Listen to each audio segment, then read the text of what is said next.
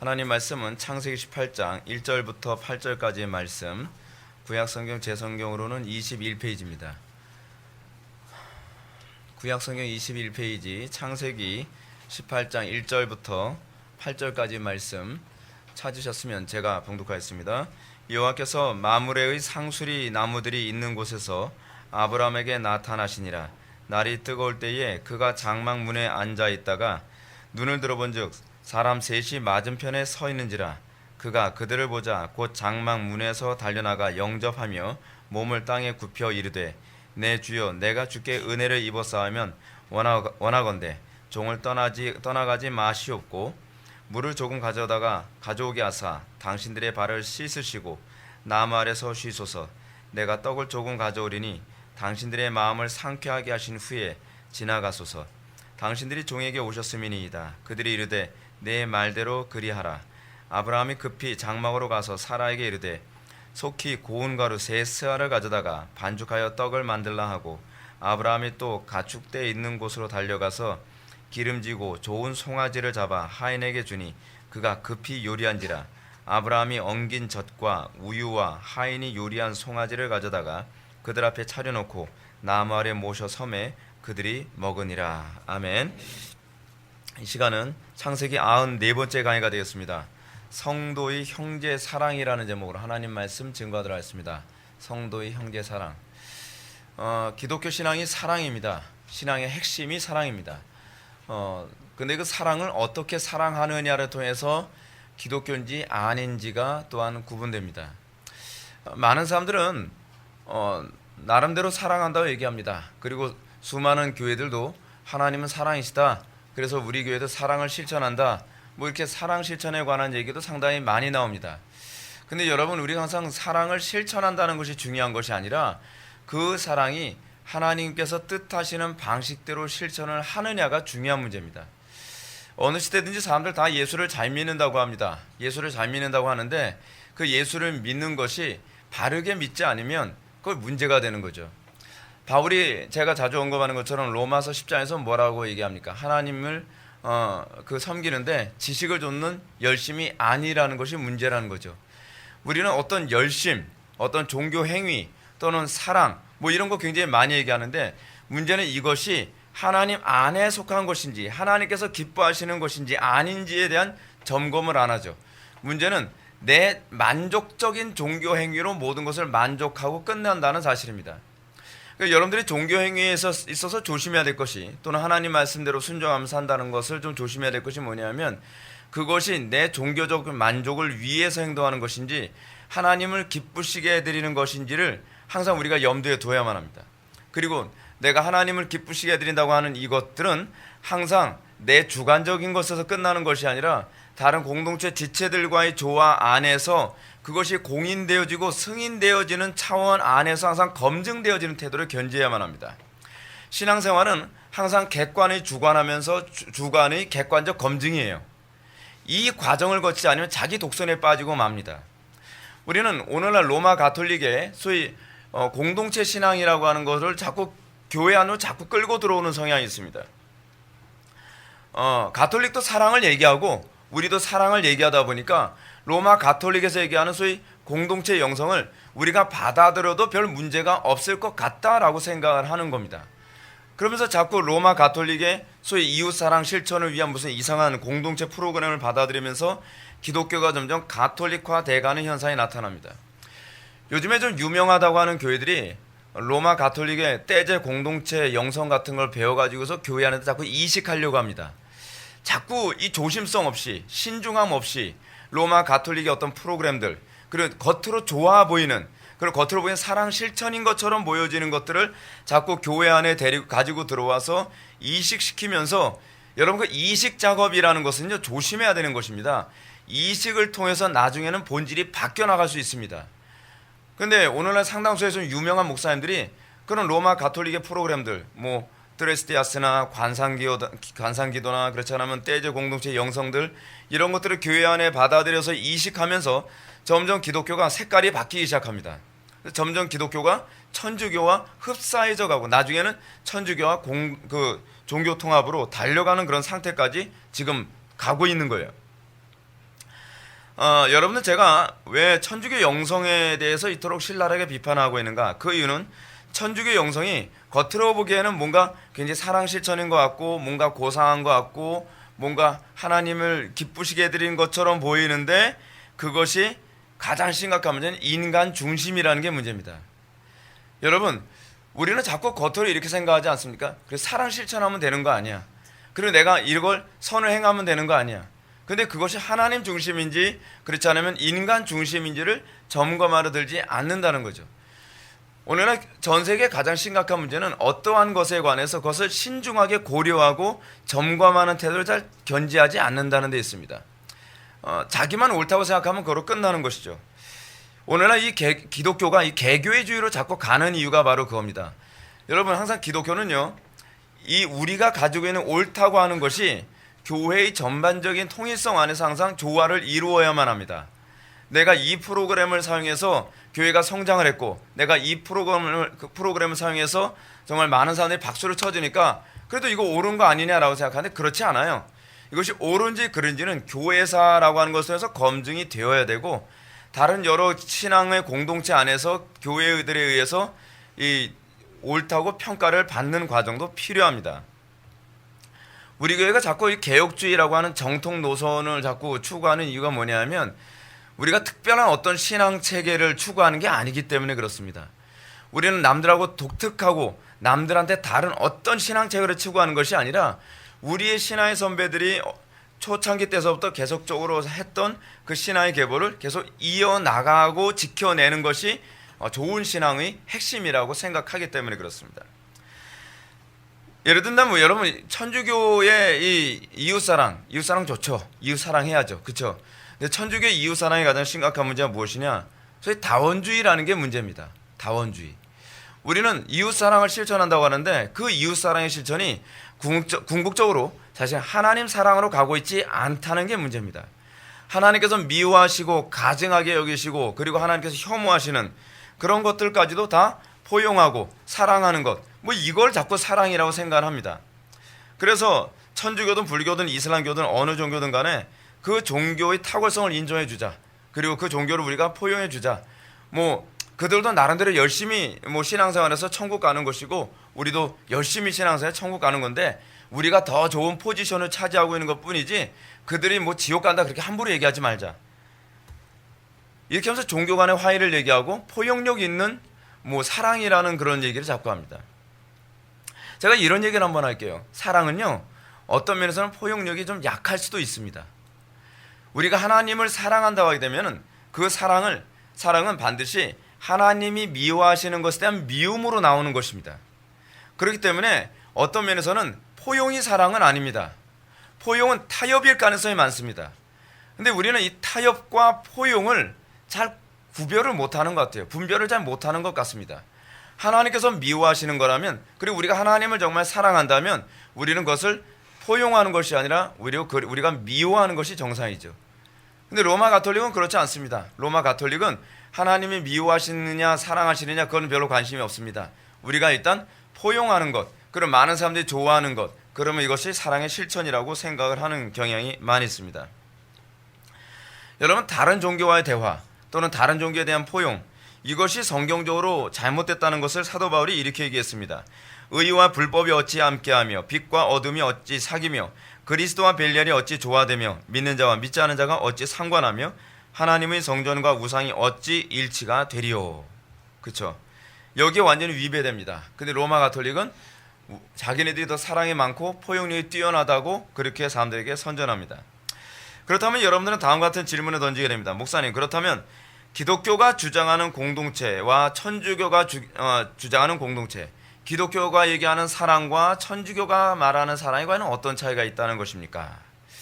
여러분, 이 부분에 대해서 알기 위해서 우리는 오늘 1절 말씀을 한번 다 같이 한번 보셔야 됩니다. 1절 다 같이 읽겠습니다. 시작.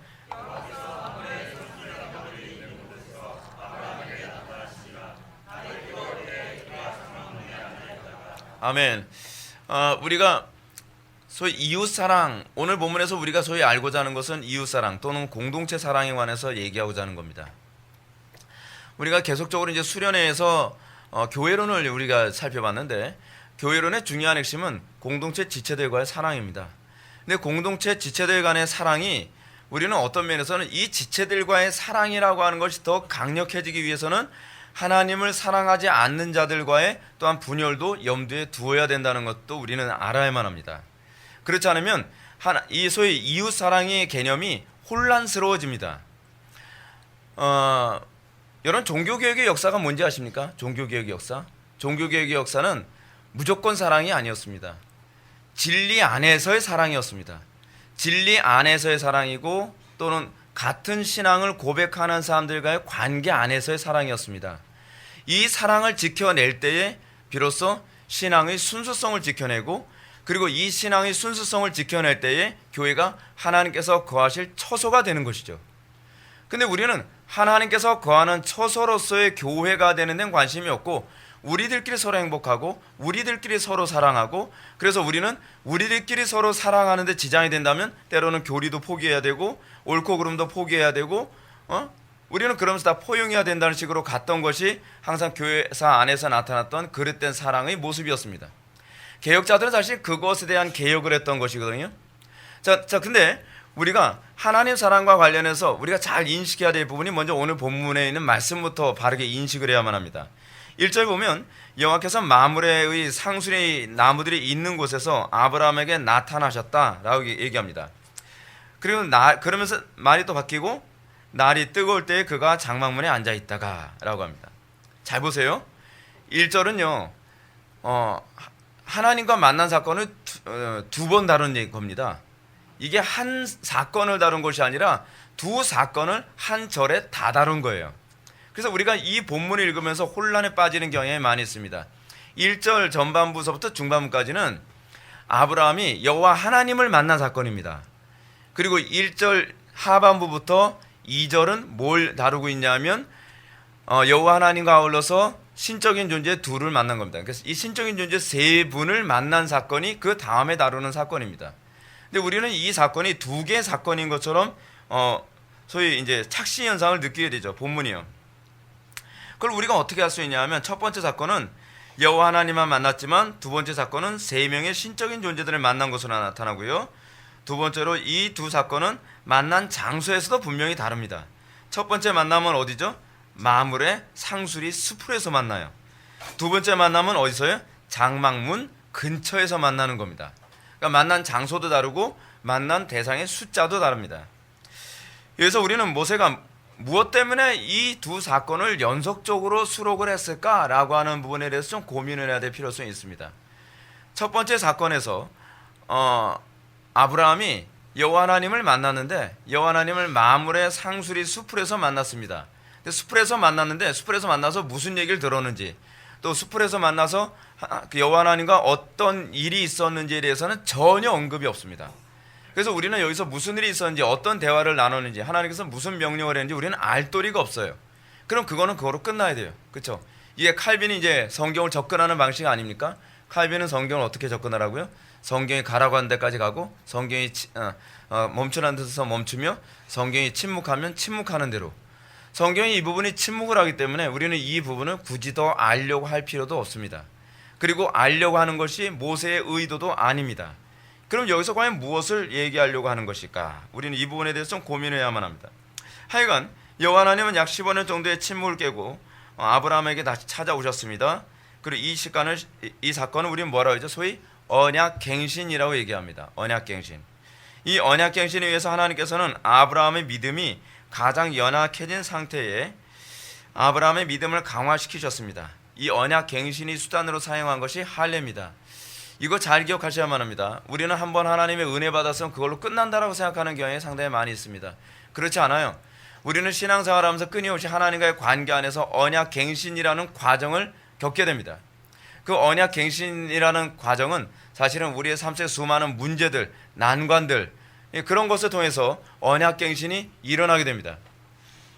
여러분들의 삶에 문제 있을 때 그 문제 하나하나의 사건에서 여러분들 언약을 갱신하는 사건이라는 생각을 하셔야 돼요. 문제 있을 때 타협하는 게 아닙니다. 그 문제를 통해서 하나님과 다시 만남을 강화시키는 겁니다. 여러분, 문제가 없으면 우리는 하나님과 그 관계를 맺을 일이 없습니다. 그렇죠? 그래서 여러분, 한국 교회가 어떻죠? 한국 교회가 너무 편안하니까 이 한국 교회가 언약갱신이 안 일어나고 있는 거예요. 언약갱신이 안 일어나니까 어떤 현상이 나타나죠? 느슨해지죠. 느슨해지니까 안을해지고, 그리고 신앙이 탄력이 없습니다. 그럼 하나님께서 하나님의 백성들을 좀 더 그 믿음을 견고케 하시기 위해서 어떻게 해요? 고난을 주시죠. 그리고 이 고난을 통해서 여호와 하나님께 부르짖게 만드시고 겸손하게 하시죠. 여러분, 신앙생활에서 교만만큼 제일 위험한 신앙이 없습니다. 하나님께서는 그 수많은 문제들을 통해서 내가 항상 배워야 되는 입장이고, 나는 항상 하나님에게 의존되어야 되는 존재라는 것을 깨달아 알게 합니다. 그래서 우리는 점점 더 겸손해져 갑니다. 하나님을 많이 만나면 많이 만날수록 우리의 신령은 점점 어떻게 되냐면 겸손해져 갑니다. 그러면서 점점 더 뜨거워져 갑니다. 강력해져 갑니다. 지금 하나님께서는 아브라함을 의롭다 칭하시고 난 다음에 그 아브라함에게 할례를 통해서 언약 갱신을 하셨습니다. 그래서 우리가 잠시 염두에 둬야 될 것이 있죠. 그것은 모든 언약에는 갱신의 요소가 있다는 사실입니다. 언약 갱신이 없으면 신앙이, 그 약속이 점점 희미해져 갑니다. 그렇죠? 우리가 어떤 사람은 언약을 맺었는데, 약속을 맺었는데 그 약속이 10년, 20년 지나면 어떻게 해요? 자꾸 희미해지죠. 그러면 그 희미해진 약속을 다시 강화시키기 위해서는 언약 갱신을 해서, 나하고 너하고 그런 관계였지, 그런 약속을 한 것이었지, 그걸 자꾸 다시 떠올려서 그 언약에 다시 굳건히 서도록 만드는 것 아닙니까? 그래서 하나님께서는 그 방법을 우리에게 사용하시는 거예요. 우리가 이 땅에서 예수님을 믿고 나서 영원한 천성에 들어갈 때까지 얼마나 많은 시간이 걸립니까? 그 많은 시간 동안에 언약 갱신이라는 과정이 있지 않으면 우리의 믿음이 약화되고 흐지부지해질 수가 있죠. 그래서 계속 언약 갱신을 사용합니다. 그래서 하나님의 백성들에게는 하나님께서 계속 고난을 주세요. 그리고 그 고난을 통해서 그리스도를 붙잡지 않고서는 견딜 수 없게 하십니다.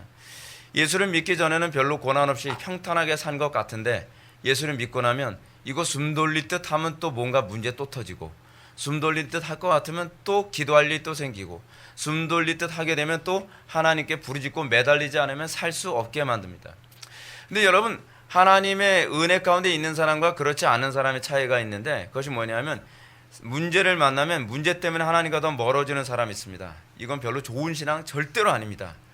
또 문제가 있으면 문제를 피해 가려고 자꾸 타협하면서 나이가 들면 나이가 들수록 타협하는데 아주 은사가 생겨요. 타협하는데 얼마나 요령이 생기는지, 요거 요렇게 피하면 될 거 가지고 그걸 이렇게 다 당하고 있냐, 미련하게 그런단 말이에요. 그런데 여러분, 그런 사람들의 특징이 뭐냐면 하나님과의 관계에 신뢰성이 없어요. 하나님과의 관계 안에서 하나님이 전능하신 분, 하나님이 선하신 분, 하나님이 탁월함 같은 거에 대한 간증이 없어요. 간증이라고 한다면 무슨 간증이에요? 피해 나가는 간증만 있어요. 나도 다 겪어봤어. 그때 술 한잔 딱 하니까 해결되더라야. 뭐 그런 식으로 말이에요. 이게 오늘날 이 전 세대들이 다음 세대다 그렇게 만들어버리고 말았어요. 그래서 점점 사람들이 한 세대가 만들어지면서 어떻게 하면 타협하는 데만 익숙해지는 거예요. 여기서 조금만 타협하면 그냥 넘어가는 건데 뭘 그거 가지고 말이야 뭐 고민하고 뭐하고, 그러지 마. 근데 여러분, 그때가 어떤 때예요? 내가 너 만나겠다는 때거든요. 내가 너하고 교제하고 싶고, 내가 너하고 언약 갱신을 해서 네 뜨뜻미지근한 믿음이 다시 불붙게 만들어주려고 그러는 거야 라고 그러시는 거거든요. 근데 하나님이 만나자 그러면 요리 피하고 저리 피하고, 여러분 그런 사람들 있잖아요. 우리 좀 만나자 그러면 만나자고 해놓고 나서 약속 시간 되면 요리 피하고 조리 피하고, 얼마나 짜증나는 인간이에요. 그렇죠? 근데 오늘날 기독교인들이 그러니까 간증이 없는 거예요. 그래서 어떤 사람은 간증 자꾸 얘기하지 마. 신앙은 체험이 아니라 신앙은 믿음이라니까. 그 믿음 맞아요. 믿음 맞는데 그 믿음이 체험을 동반한다니까요. 근데 믿음이 있는데 왜 체험이 없냐고 얘기하는 거예요, 지금요. 믿음이 있으면 체험을 동반할 수밖에 없죠. 그렇잖아요. 여러분, 사드락메삭 아벳느고가 풀무불에서 잠깐 고개 끄덕였으면 여러분 간증이 있겠습니까? 사드락메삭 아벳느고가 풀무불 앞에서 그걸 끝까지 믿고 그 안에 들어가면서 어떻게 해요? 하나님의 살아계심을 다시 경험하면서 간증이 있는 거죠. 그러니까 이 간증이 있는 사람들의 특징이 뭐냐면 위기 가운데서 하나님께서 나와 이렇게 함께 하셨다. 위기 가운데 하나님께서 이 선하심을 나에게 이렇게 보여주셨다. 그래서 여러분, 간증이 많아야 돼요. 제가 꿈꾸는 목회 중에 하나가 뭐냐면, 여러분들 일주일 동안 지나고 나서 예배당에 와서 팀 모임하면 하나님께서 이번 한 주 동안에 이 문제를 통해서 이렇게 나와 만나 주셨다.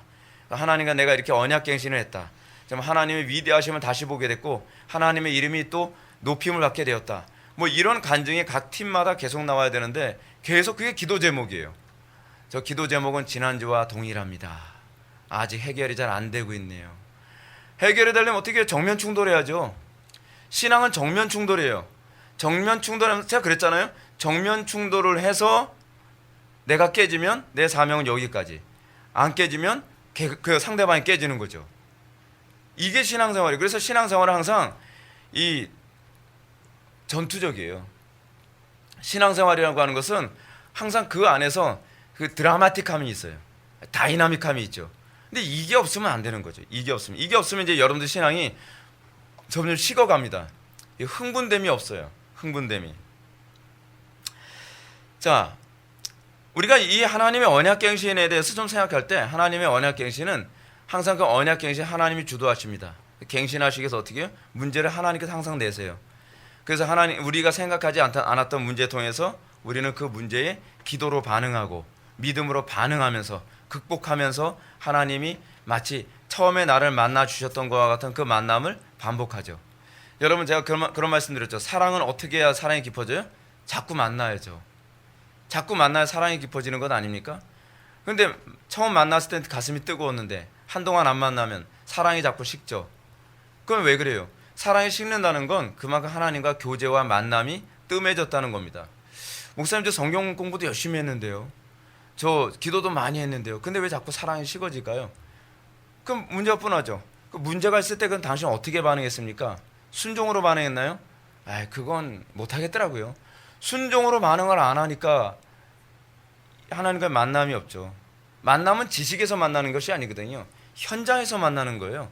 삶 속에서 만나는 거거든요. 문제 속에서 만나는 거예요. 근데 그 문제 속에서 하나님을 만나는 걸 항상 외면을 하니 신앙의 발전은 어디 있고 하나님에 대한 뜨거운 사랑은 도대체 어디 있겠냔 말이죠. 그렇지 않습니까?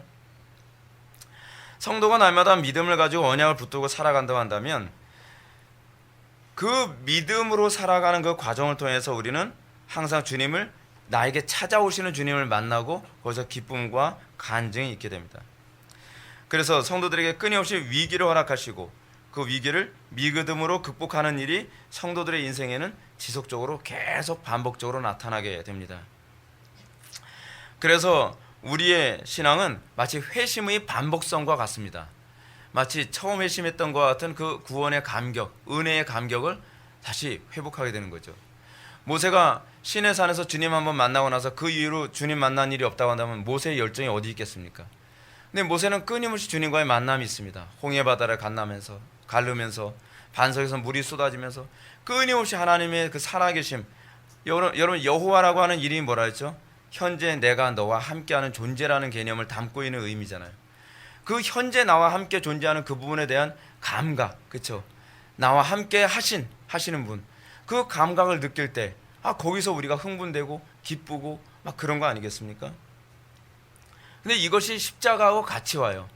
이 십자가의 반복적 체험을 통해서 그 은혜의 풍성함이 유지됩니다. 고로 성도들의 삶은 날마다 언약 갱신이 연속 선상에 있음을 알아야만 합니다. 성화는 이것과 관련해서 성화가 일어납니다. 성경 공부 많이 하면 자동적으로 성화되는 것이 아닙니다. 아시겠습니까? 오히려 IQ 높은 마귀 되기 쉽습니다. 자기 잘난 체 하기 쉽습니다. 오히려 우리는 이 아는 것을 삶에 적용하여 순종하는 가운데에 하나님을 재인식하게 되죠. 내가 귀로만 들었었더니 이제 눈으로 보나이다 라고 하는 소위 아는 것에 대한 재인식, 그래서 그 인식의 발전과 완성을 경험하게 되죠. 거기서 우리의 신앙이 좀 더 견고해지는 것을 경험하게 됩니다. 다시 본문에서 말하는 초점으로 돌아갑시다. 본문을 보면 모세는 여호와 하나님께서 아브라함을 2번 만난 사건을 기록하고 있다고 했습니다. 제가 아까 말씀드렸던 것처럼 첫 번째 만나는 것은 도대체 왜 만나는지 우리는 모르겠습니다. 근데 이 첫 번째 만남이 언약갱신 이후에 일어난 사실이라는 것을 먼저 좀 염두에 둡시다. 이 언약갱신 사건과 하나님을 2번 만난 사건이 어떤 관련을 맺고 있는가? 바로 앞에서 로마 가톨릭의 공동체 형성과 기독교 공동체 형성의 근본적 차이점을 무엇이라고 얘기했습니까? 하나님 중심적인가 이웃 중심적인가에 관한 문제. 우리 기독교 신앙은요, 하나님 방식으로 이웃을 사랑하는 겁니다. 그것이 하나님 중심적 사랑이죠. 하나님 중심적 사랑. 이게 하나님 중심적으로 사랑하다 보니까 우리는 오해를 많이 삽니다. 사랑이 없다라는 소리까지 듣습니다. 꼭 그 인본주의적으로 사랑을 얘기하는 사람들이 성경적으로 사랑을 얘기하면 사랑이 없다는 소리 자꾸 해요. 사랑이 없다는 소리 얘기하는 사람 치고 사랑이 있는 사람은 제가 본 적이 없어요. 사실은요. 진짜 사랑이 있는 사람은 사랑이 없는 사람을 보면 그 사람을 사랑하려고 들지 사랑이 있다 없다라고 평가하지 않습니다. 근데 이 사랑을 자기 중심적으로 생각하는 거예요. 내 마음에 들면 사랑이고 내 마음에 안 들면 사랑이 아니라고 생각하는 거예요. 그게 무슨 사랑이에요? 그 애들도 그걸 사랑이라고 그걸 생각하지 않습니까? 이게 초보에서 못 벗어난 거예요. 좀 성숙한 아이들은 어떻습니까? 부모가 야단을 쳐도 그 야단이 사랑이라고 생각하면 때로는 참는다고 얘기하지 않습니까? 어디서 나온 얘기예요? 히브리서 12장에 나오는 얘기죠. 근데 어떻게 된 게 성경적으로 사랑하고 있는 것을 사랑이라고 평가를 안 해요. 왜냐하면 내 감정에 안 맞으니까. 그거는 사랑이 뭔지 모르는 거죠. 인본주의적인 사랑을 얘기하는 거죠. 그래서 우리는 이렇게 생각합니다.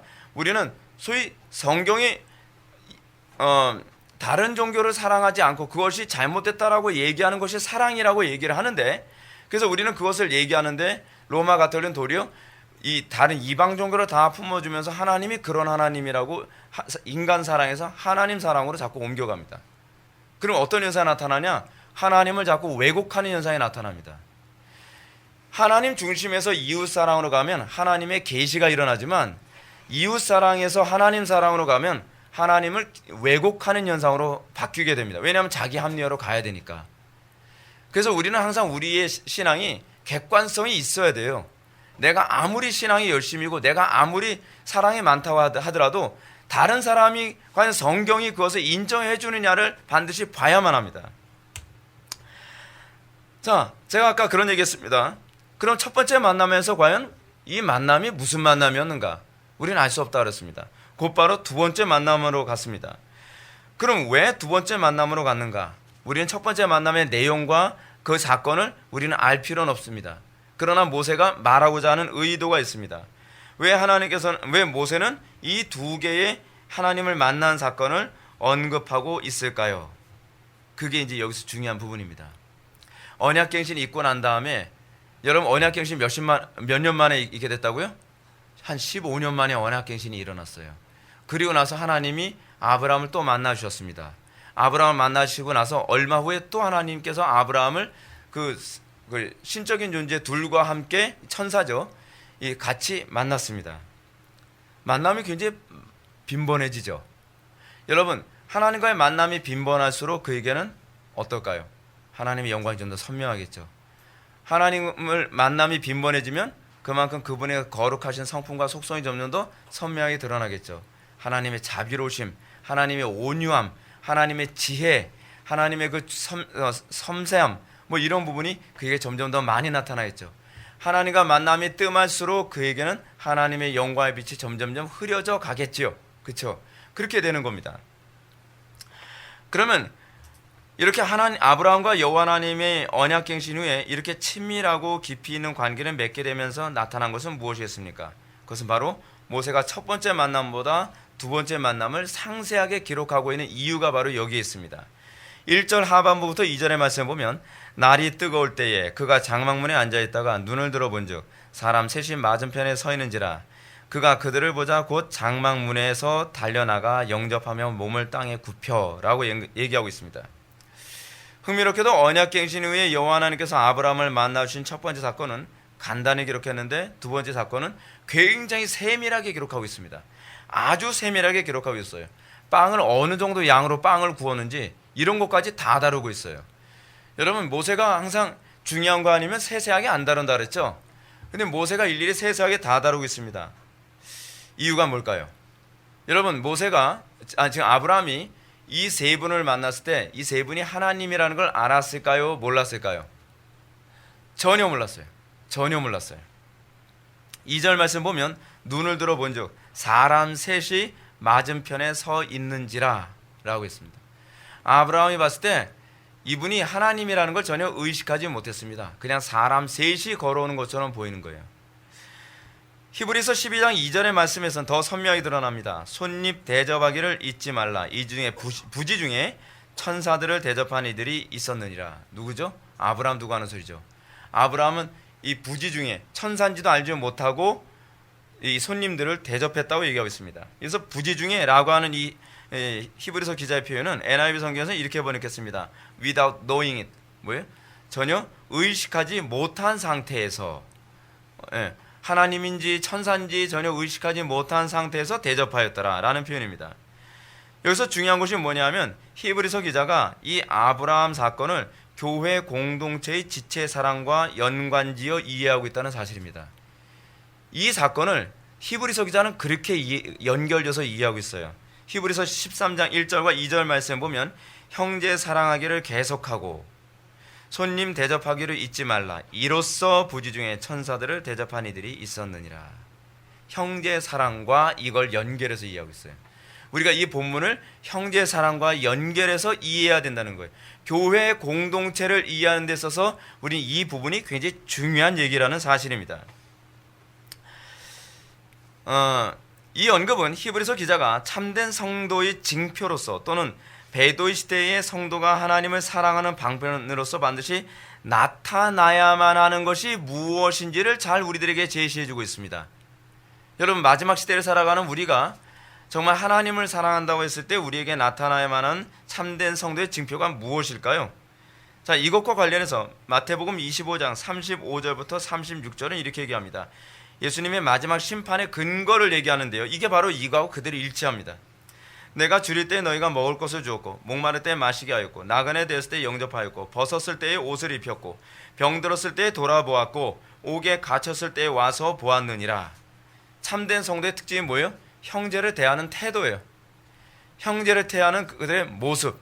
그렇죠? 형제를 어떻게 대해야 돼요? 사랑으로, 그리고 온유함으로, 지혜로, 겸손함으로, 이런 대하는 것들. 그렇죠? 참으로 하나님을 사랑하는 자들이라면 그에게 반드시 이게 나타나야 한다고 얘기하고 있습니다. 근데 반대로 하나님의 심판을 받는 사람에 대한 특징은 이렇게 얘기합니다. 뭐라고 얘기해요? 주여, 우리가 어느 때 주의 줄이신 것을 보고 공개했으며 목마르신 것을 보고 목마르신 것을 보고 영접하지 아니하나이까, 뭐 이런 얘기가 나오죠. 무슨 얘기냐면 그 안에 계신 하나님에 대한 인식이 없었기 때문에 형제 사랑을 안 했다는 얘기입니다. 우린 여러분, 우리가 주로 어떤 대상에게 인색해지냐면 사랑하지 않는 대상에게 인색해지고 사랑하지 않는 대상에게 불친절해지고 사랑하지 않는 대상에게 정성을 쏟지 않습니다.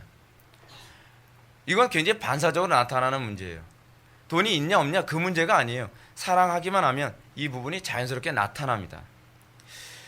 마지막 때 하나님께서 심판 때에서 심판하는 기준이 뭐냐면 너 형제들을 어떻게 대했니? 라고 하는 것과 관련을 맺고 있어요.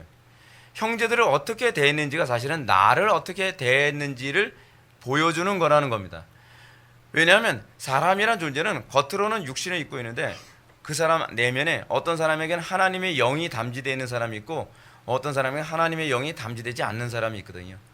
근데 신기하게 하나님의 영이 담지된 사람들에게는 굉장히 사랑 없이 대하는데 하나님의 영이 담지되지 않은 사람에겐 괜히 끌리고 자꾸 친절해지고 싶고 같이 있고 싶고, 사실은 이것이 그 심령 속에 하나님의 영이 있는지 그 영의 실체가 어느 쪽인지를 스스로 입증하고 있는 것이라는 겁니다. 만약 우리가 하나님과 올바른 관계를 맺고 있다면 우리는 공동체 지체들을 사랑할 수밖에 없습니다. 이것이 바로 이웃사랑이라고 하는 소위 공동체 영성입니다. 기독교 공동체의 영성은 하나님 사랑을 기초로 합니다. 하나님 사랑을 기초로 한다는 것은 그 마음에 일단은 내가 하나님을 사랑하는 것이 담지되어 있어야 되고, 그리고 그 형제 속에 하나님의 영이 있기 때문에 사실은 그 형제를 사랑하는 것이 아니라 그 형제 속에는 하나님을 사랑하는 거예요. 이게 사실 요한일서에서 나오는 개념 아닙니까? 눈에 보이는 바 형제를 사랑하지 않는 자가 눈에 보이지 않는 바 하나님을 사랑할 수 없느니라. 그렇죠? 우리가 눈에 보이지 않는 하나님을 사랑하는, 눈에 보이지 않는 하나님에게 사랑을 표현하는 또 다른 방식이 있는데, 그것이 뭐냐면 형제들을 정말 사랑과 존중과 섬세함과 조심성으로 대하는 것이죠. 그것이 바로 이 하나님 사랑을 나타내는 방식입니다. 만약 하나님과 올바른 관계에 있지 않고 하나님과의 관계 안에서 율법을 행하지 않는다고 한다면 그는 하나님을 사랑하고 있는 것이 아니죠. 그리고 그들은 결국 하나님을 그 속에 하나님의 영이 없음이 스스로 입증하는 것입니다. 또한 우리가 영적으로 침체되면 그리고 형제들에 대한 사랑이 점점 더 식어지는 것 또한 사실입니다. 여러분들이 아무리 거듭났다 한다 할지라도 여러분들이 영적으로 디프레스 되면 형제들과의 만남이 뜸해지고 형제들과의 만남에 대해서 어떤 기대감도 생기지 않고 만나도 별로 즐겁지 않은 그런 현상이 나타나기도 합니다. 이건 영적 디프레스의 전형적 현상이기도 합니다. 제가 이렇게 아브라함이 이렇게 손님을 대접한 것이 바로 하나님을 대접하는 방식이었다, 이렇게 얘기를 하면 어떤 사람은 이렇게 얘기할 겁니다. 목사님, 그건요 고대 근동 방식에서 흔히 하던 방식이에요. 그렇기 때문에 그런 겁니다 라고 얘기할 수 있습니다. 맞습니다. 고대 근동 지방에서는 나그네를 대접하는 것이 일종의 그들이 해야 되는 일이었습니다. 분명한 건 나그네를 대접하는 방식에 있어서 아브라함은 별로 정상적인 방식으로 대접한 게 아니라는 거예요. 아브라함이 이 지나가는 손님을 대접하는데 어떻게 대접했나 한번 봅시다. 6절에 보면 이 세 분의 손님을 대접하기 위해서 아브라함은 이렇게 합니다. 아브라함이 급히 장막으로 가서, 첫 번째 급히 장막으로 가서 그가 얼마나 적극적이었는지를 잘 보죠. 사라에게 이르되 속히 고운 가루 세 스아를 가져다가 반죽하여 떡을 만들라 라고 합니다. 고운 가루 세 스아, 우리 이거 감이 없는 분량입니다. 근데 세 스아가 이게 리터로 치게 되면 18리터입니다. 18리터, 그러니까 되로 따지면 9대. 이게 감이 잘 안 오는 사람이 제가 설명해 드리면 사무엘상 25장에서 아비가일이 잔뜩 화가 나서 어리석은 남편 나발을 죽이게 진군해오는 다윗의 군대 40명이 오잖아요. 400명. 다윗과 400명의 군사들이 오는데 그걸 진정시키기 위해서 이 아비가일이 했던 게 뭐냐면 고운 가루 5스아로 저 사람들을 대접하라라고 한 거예요. 고운 가루 5스아면요 사실은 400명을 먹일 분량이라는 거예요. 그러면 여러분 3스아면은 어느 정도 분량이었겠습니까? 엄청난 분량이에요. 배 터져 죽이려고 했을까요? 이 사람들 죽이고야 말 거예요. 먹여서 죽여야지. 뭐 그랬을까요? 그건 아니겠죠. 그리고 여러분 분명한 건 손님에게 이렇게 손님 올 때마다 3명 왔다고 한 사람 앞에 3스아 하게 되면 1스아씩 아주 끝내주는 거죠. 그죠? 여러분 한마디로 얘기하면 음식을 푸짐하게 대접했다는 얘기예요. 그리고 돌아갈 때 이 양식을 더 당나귀 같은 데 이렇게 쌓아서 올려주려고 아마 그랬던 것 같습니다. 그렇게 한 것을 보게 되면 여러분 오는 손님들마다 이렇게 대접했다간 한 달 안에 폭삭 망합니다. 그렇지 않아요? 그런데 아브라함은 아주 스페셜하게 본 적도 없는 이 세 분에게 그렇게 대접을 했다는 겁니다. 이건 마음속 중심에서, 아브라함의 마음속 중심에서 어떤 뜨거운 그런 사랑이 솟구쳐 올라왔다는 것을 알 수 있습니다. 자발적이고 능동적인 친밀감이 그 속에서 올라온 것입니다. 그리고 이런 현상은 마태복음 25장의 가르침처럼 그리스도의 영을 지닌 형제들에게 반드시 나타나야만 하는 형제 사랑의 섬김의 태도입니다.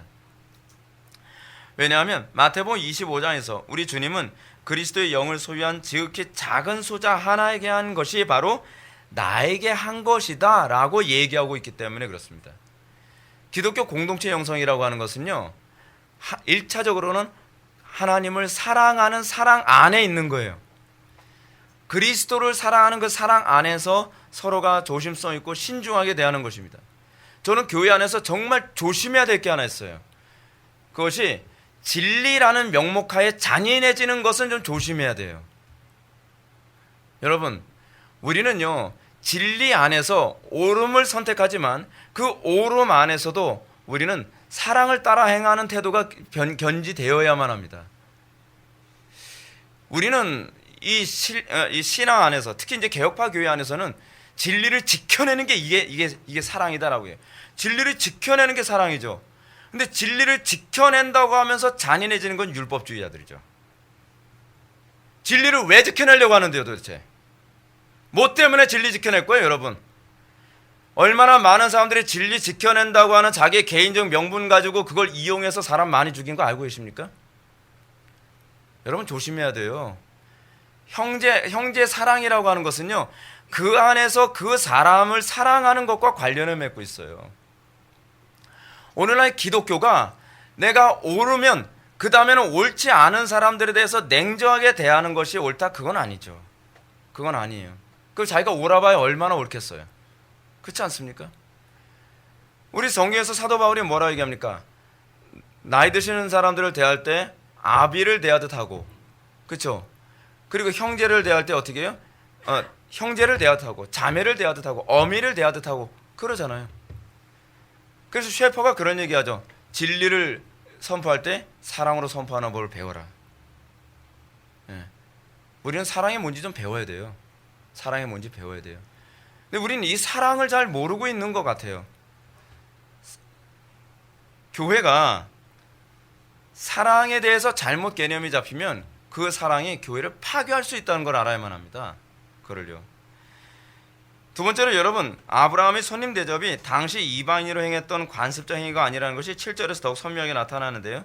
7절의 말씀에 보면 아브라함이 또 가죽대 있는 곳으로 달려가서 기름지고 좋은 송아지를 잡아 하인에게 주니 그가 급히 요리한지라. 여기서도 얼마나 그가 적극적으로 이 손님들을 대접했는지 알 수 있습니다. 가죽대 있는 곳을 어떻게 해요? 달려가서, 의도적으로 달려가서 라고 기록하고 있습니다. 그 기름지고 좋은 송아지를 잡아. 아무 송아지가 아니에요. 그렇죠? 그냥 눈에 보이는, 야 저거 평소에 마음에 안 드는데 저놈 잡아라. 저놈 잡아서 손님 대접하자. 그게 아니죠. 기름지고 좋은 것을 잡아다가 대접했다고 얘기합니다. 송병헌 교수는 해밀턴의 말을 그대로 이렇게 인용하고 있습니다. 아브라함이 손님을 위하여 송아지까지 잡은 것은 자신의 사회적 지위를 과시하기 위해서거나 그를 찾아온 손님을 최고로 대접하기 위해서거나 이 두 가지 이유에서 비롯된 행위일 것이다. 과시한 건 아닌 것 같아요. 분명히 과시한 게 아니라는 건 이미 히브리서 기자가 입증하고 있죠. 그럼 과시가 아니냐면 뭐예요? 사랑 때문에 손님을 대접한 거죠. 뭐 때문에 처음 본 사람한테 그런 사랑이 생깁니까?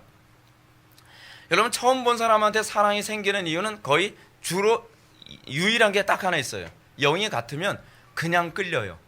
영이 같으면. 그렇죠? 아무리 복음을 전해도 들어가지도 않고, 아무리 공동체 지체들이 사랑을 해도 그 사랑이 서로 교통이 안 되다가도 신천지나 뭐 하나님의 교회다, 이단이다, 뭐다 하는 사람 딱 많은데 그냥 끌려서 그냥 한 번에 그냥 설득되는 경우 많이 보이지 않습니까? 그 영 때문에 그래요. 영적 교통함이 있는 거예요. 지금 여기서 아브라함도 이 영적 교통함이 있었던 것입니다. 그래서 이 영적 교통함 때문에 이 아브라함은 자기가 가장 아끼는 좋은 송아지를 대접해서 드린 것입니다. 사랑하는 성도 여러분, 우리는 성경이 말하는 성도의 교통하심, 성도의 하나됨을 통해서 우리가 이 소위 공동체 하나됨을 이루는 중요한 핵심이 뭔지 아십니까? 로이드 존스 목사님은 이걸 교리 이전이라고 얘기합니다. 중생이에요. 중생. 하나님의 영을 소유함. 하나님의 영을 소유한 사람들은 우리는 이미 한 영을 이루고 있습니다. 교리는 무엇이냐? 그 영을 소유한 사람인가를 검증하는 방식일 뿐이에요. 교리적 통일이 있다고 해서 그 교리를 동의한다고 해서 그가 한 영을 가지고 있다라고 보장은 못해요. 그렇잖아요. 여러분들이 한 영을 가지고 있다면 그 다음엔 여러분은 당연히 그 교리에 동의하게 되어 있어요. 그리고 그 교리에 동의하는 사람이 그 동의하는 사람을 서로 사랑하게 되어 있어요. 사랑은 그렇게 나오는 거예요. 우리는 간혹가다 이런 경우도 있지 않습니까? 교리는 동의하는데 사랑이 안 돼요. 그건 여러분들이 이성으로만 동의한 거예요. 여러분들의 같은 영을 가지고 있다면 그 사람에 대해서, 그 대상에 대해서 반드시 사랑할 수밖에 없죠. 우리 속에 여호와의 영이 있다고 하는데 난 그 교리에 동의할 수 없어. 이거 좀 이상하죠. 우리에게 여호와의 영이 있다고 하는데 나는 다른 거듭난 지체들을 사랑이 안 가. 이것도 성립이 안 되죠. 성립이 되는 것이 뭐냐면, 첫 번째는 내가 여호와의 영을 가지고 있다면 바른 교리를 내가 따르게 되어 있고, 내가 그리스도의 영을 가지고 있다면 그 교리와 그 영을 가지고 있는 사람을 사랑하게 되는 것이죠. 그것을 통하여서 내가 하나님의 자녀인 것을 안다고 얘기하는 거죠. 누가 그런 소리 합니까? 제가 하는 소리인가요? 아니죠. 요한 1서에서 사도 요한이 얘기하는 거죠. 사도 요한이 요한일서를 기록하게 된 배경이 뭡니까? 공동체가 엄청난 분열이 일어났었잖아요. 그 분열이 일어났는데 그 분열이 일어나게 된 원인이 바로 거기에 있다라고 얘기하면서 그 교회 분열과 관련해서 요한일서를 기록한 거였거든요. 그러니까 저는 여러분들이 자꾸 이런 식의 오류에 빠지지 않았으면 좋겠어요. 그래도 나는 거듭났어. 그 거듭났다고 좋다 이거예요. 그럼 거듭났다면 검증을 할 생각을 하세요, 여러분. 검증을 할 생각을. 그러다 지옥 갈 수도 있다는 거 여러분 왜 모릅니까? 내가 검증을 해야죠. 그 검증할 수 있는 객관적 데이터가 얼마나 많은데요. 그렇잖아요. 그 검증하는 데서 첫 번째 데이터가 뭐예요? 교리죠, 교리. 왜냐하면 우리의 신앙의 선배들, 뭐 바우부터 시작해서 어거스틴, 칼빈, 루터, 뭐 모든 우리 신앙의 선배들이 이 본질적인 동의에 대해서 다, 이 교리에 대해서 다 동의했어요. 근데 나는 동의 못한다? 뭐 개혁자들의 뭐 교리는 뭐 이성주의자들이 어쩌고 그런 소리 하면 안 돼요. 한 영을 가지고 있으면 그 가르침에도 다 동의하게 되어 있어요. 근데 문제는 그 교리에 동의한다는 거예요. 나 동의하는데 문제는 뭐냐면 그 동의하는 다른 지체들과 사랑의 교통이 안 일어난다? 그럼 내가 이성으로 동의한 건지 내가 영적으로 동의한, 내 새롭게 된 본성으로 동의한 건지 다시 점검해야죠. 그렇잖아요. 여러분, 우리 신앙은요 정말 철저하게 꼼꼼하게 점검을 해야만 합니다. 그리고 그 안에서 공동체 질서를 지켜내고 교회를 소중히 여기고, 교회를 왜 소중히 여기죠? 그리스도의 몸이니까.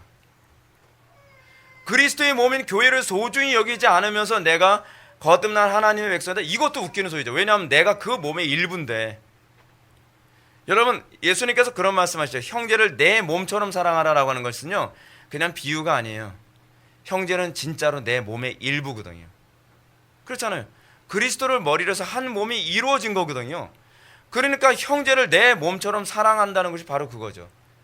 그것이 바로 영은 이 피보다 진하다고 하는 말의 의미입니다.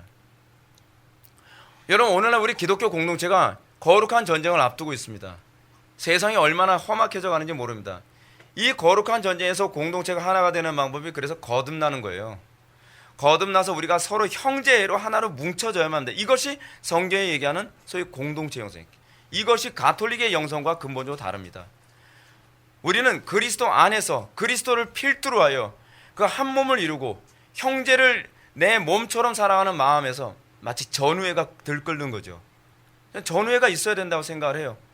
한편에서 우리 형제들이 죽어나오고 한편에서 우리 형제들이 핍박당하고 고통당하고 있는데 나 어째 편히 있어서 앉아만 있으리요. 그렇잖아요. 지금 우리나라 지금 국회다 청와대다 거기 가서 막 그렇게 힘쓰고 애쓰고 있는데 무슨 강 건너 불 구경하듯이 저 사람들은 저러고 있나 보다. 나는 아직 별 어려움 없으니까 태평하고. 그러면 안 되죠. 그러면 안 돼요. 뭐 해야 돼요? 기도해야죠. 공동체를 더 견고하게 세우려고 해야죠. 어떻게 하냐, 하나님의 이름이 더 선명하게 나오도록 애를 써야죠.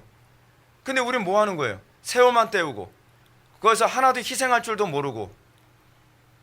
여러분, 형제라는 것은요 고통을 공유하는 거예요. 아픔을 공유하는 거예요. 그리스도께서 아파하시면 나도 아픔을 느껴야 되는데 그리스도께서 탄식하시고 아파하는 걸 내가 못 느끼면 그게 어떻게 한 몸이에요? 그렇죠? 공동체에서 많은 지체들이 나이지리아에서 수많은 그리스도인들이 숫덩이처럼 다 타 죽었는데 그거 보면서도 그런가 보다 나한테까지 핍박이 와야 그제서 아이쿠 합니까? 이걸 무슨 한 형제라고 얘기하고 있어요. 저는 오늘날 기독교가 영적 전쟁에 게으른 이유 중에 하나가 뭐냐면 형제가 없어서 그런 것 같아요. 자기밖에 모르는 거예요. 여전히 예수 믿는다고 하는데 나만 천국 가면 되는 거고 나만 신앙생활 잘하면 되는 거예요. 교회가 풍비박산 나든 하나님의 이름이 멸시를 당하든 하나님께서 탄식을 하든 난 관계없어요. 난 그래서 나 천국 갈 수 있다는 거예요, 없다는 거예요? 그 소리나 하고 앉아있어요. 그 소리 하는 거 보면 괜히 속 터져요. 아니, 아직 분위기 파악이 안 되는 건가? 아직 분위기 파악이 안 돼서 나 천국 갈 수 있냐 없냐 아직까지 그 소리만 얘기하나? 그럼 천국 못 가겠네. 그러고 보니까. 그렇잖아요. 지체들의 아픔을 내 아픔처럼 느낄 때에 그 사람이 같이 천국 가는 거지. 그렇지 않습니까? 그 지체들과 한 몸 됨을 전혀 못 느끼고 있고 그 거룩한 전쟁에서 내가 어떻게 헌신할까 고민도 안 하면 도대체 그걸 어떻게 형제라고 얘기할 수 있냔 말이에요. 교회에 등록했으니까 형제입니까? 교회에서 같이 세례를 받았으니까 형제입니까? 또는 같은 교리를 배웠으니까 형제입니까? 아니요, 성경은 그렇게 얘기하지 않아요. 진짜 형제는 보이지 않는 교회, 불가시적 교회 안에서의 형제예요, 사실은요. 그 불가시적 교회 안에 있는 형제들만이 서로 지체들을 위해서 목숨 걸고 같이 싸우고 희생하고 유무상통하고 그렇게 되는 것이죠.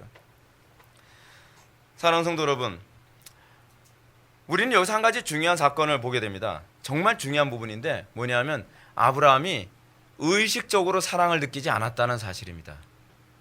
아브라함이 이 세 분을 만났을 때 어떤 이익이 있어서, 어떤 동기가 있어서, 어떤 객관적인 어떤 근거가 있어서 이 세 분에게 이렇게 엄청난 대접을 한 것이 아니었습니다. 무의식적으로 사랑하게 됐다는 것이 중요합니다. 형제에는 그렇게 나옵니다. 형제에는 우리가 한 성령을 받게 되었을 때 우리는 무의식적으로 서로에게 끌리고 무의식적으로 서로 사랑하고 무의식적으로 서로가 어떻게 하든지 상대를 편안하게 해주고 그리고 기쁘게 해주고 유익을 끼쳐줄까를 생각하게 됩니다. 지금 여기서 아브라함에겐 그런 모습이 나타납니다. 오늘날 이 시대 교회는 어떤가요? 우리 공동체는 어떤가요? 우리 공동체는 지체들 한 명 한 명 대하면서 실족될까봐 말 한마디, 행동 하나하나를 서로 조심스럽게 지혜롭게 사랑과 포용으로 하고 있는지를 좀 생각해 볼 필요성이 있습니다. 영적 전쟁이 점점 치열해질수록 공동체 안에서의 단합은 더 중요합니다. 공동체 안에서의 사랑은 더 중요합니다. 이게 바로 공동체 영성이고 이것이 기독교 공동체 영성이고 이것이 바로 교회입니다. 교회는 무엇으로 하나가 되느냐? 지식으로 하나가 되는 그런 몸이 아닙니다. 사랑으로 한 몸을 이루게 된 것입니다. 그래서 그걸 잘 보여주는 것이 뭐예요?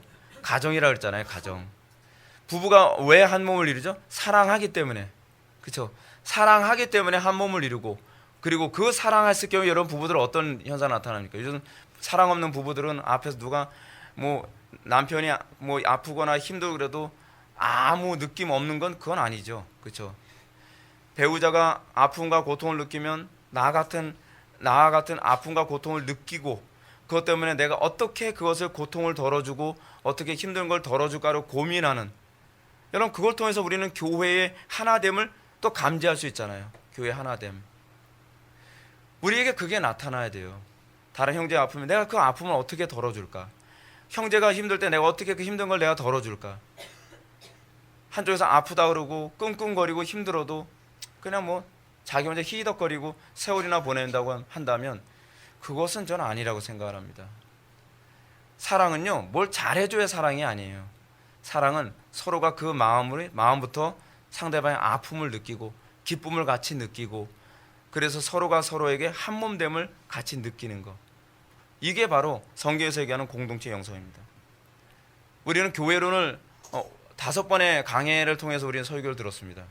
이제 이론으로만이 아니라 제가 항상 관심을 갖는 건 그 성경에서 얘기하는 그 교회가 현실화되고 그리고 더 많은 교회들이 그것에 자극받고 도전을 받아서 곳곳에 있는 수많은 교회들이 정말 성경이 가르치는 그 교회의 모습이 세워져야만 합니다.